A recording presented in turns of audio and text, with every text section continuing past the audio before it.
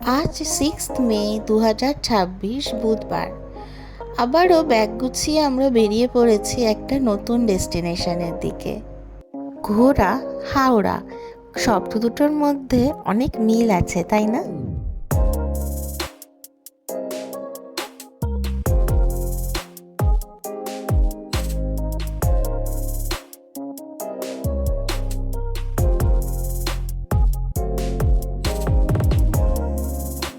হাতে একটু সময় থাকায় ফুড প্লাজা থেকে একটু পেট পুজো করে বেরিয়ে পড়লাম ট্রেনের উদ্দেশ্যে। স্লিপার বন্দে ভারতে এটা আমাদের ফার্স্ট জার্নি। ট্রেনটা দেখেই মন একদম খুশিতে ভরে উঠল। হ্যাঁ, ঠিক ধরেছ, যাচ্ছি কামাখ্যা, আর সেখান থেকে ওয়েস্ট অরুণাচল প্রদেশ। ট্রেনটার বাইরের লুক যেমন, ভেতর থেকেও একদম ফুল প্রিমিয়াম ক্লাস ফেসিলিটি সব দেওয়া আছে।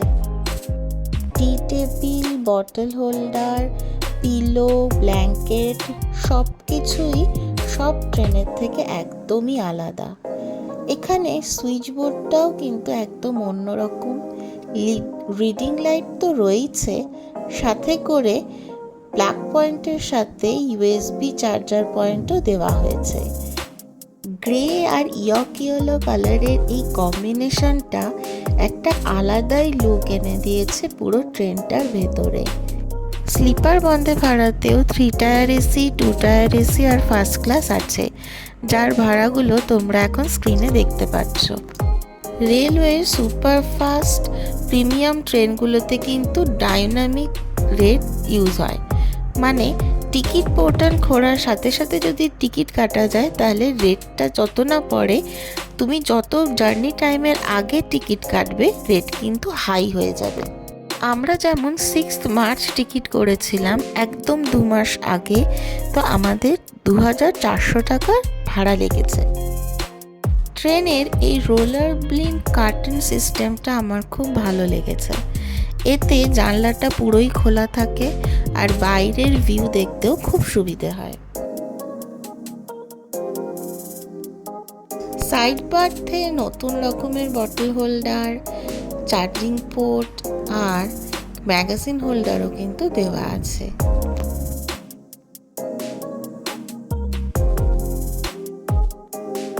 আর হ্যাঁ, এই জিনিসটা বটল হোল্ডারটা যেটা আগে শুতে গেলে পায়ে বা মাথায় ঠুকঠুক করতো, সেটাও কিন্তু এখন এরকম ফোল্ডেবল। স্নিফার ডগ এসেও কোচে তদারকি করে গেল। একদম কারেক্ট টাইমে 6:20 PM সন্ধেবেলায় আমাদের ট্রেন ছেড়ে দিল হাওড়া স্টেশন। বন্দে ভারতে কিন্তু সিকিউরিটি সবসময় হাই থাকে। এর আগেও দেখেছি স্নিপার ডগ এসে কোড চেক করে যায় ট্রেন ছাড়ার আগে। 1 লিটারে কমপ্লিমেন্টারি জলের বোতল।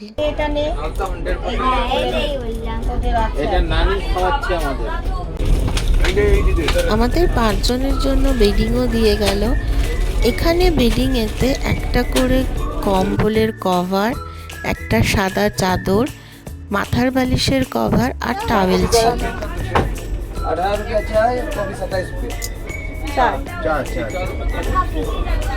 एक कॉफी दीजिएगा और 4 चाय दीजिएगा।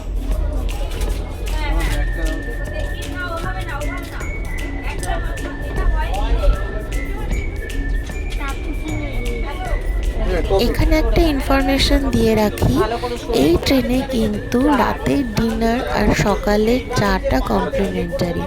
এই চা কফি কিন্তু আমরা কিনেই খেয়েছিলাম। এখানে ফ্লাইটের মতো এরকম ট্রলি করে খাবার সার্ভ করছে আর জিনিস বিক্রি করছে।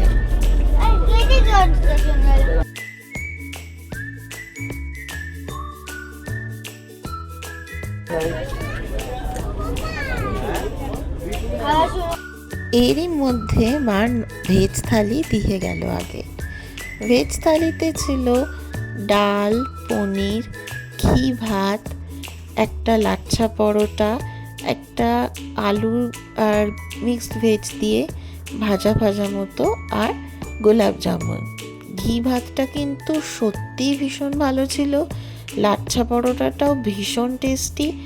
সব দিক দিয়ে বলতে পারি এতবার ট্রেনে খাবার খেয়েছি, কিন্তু এটা একদম সবার থেকে আলাদা আর বেস্ট। মেফেয়ার নামে একটি কোম্পানি যাদের গুয়াহাটিতে রিসর্ট আছে, তারা এই কন্ট্রাক্টটা পেয়েছে।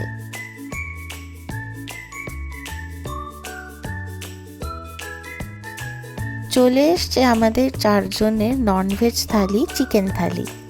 কি কি আছে ঝটপট তোমাদেরকে দেখিয়ে দিই। ভেজ থালির সাথে সবই এক, শুধু পনিরের জায়গায় এখানে 2 পিস করে মাংস দেওয়া হয়েছে। মাংসও কিন্তু ভীষণ সফট ছিল। আবারও বলছি, কোনো খাবার খেয়ে কোনো কষ্ট হয়নি এবং এতদিন পর্যন্ত ট্রেন জার্নির বেস্ট খাবার খেয়েছিলাম আজকে।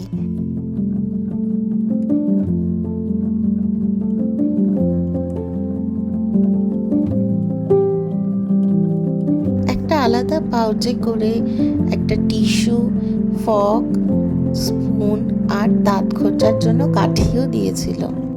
আগেই যে বললাম, সব একদম প্রিমিয়াম ক্লাস ফেসিলিটি। ঝটপট করে খাবার সেরে আমরা সবাই শুয়ে পড়লাম। পরের দিন সকালবেলায় ঘুম ভাঙলো এরকম কুয়াশা মাখা একটা ব্রিজের মাঝখানে। সত্যিই কি সুন্দর দেখতে লাগছে না বাইরের দৃশ্যটা। সকালের চাও এসে গেছে।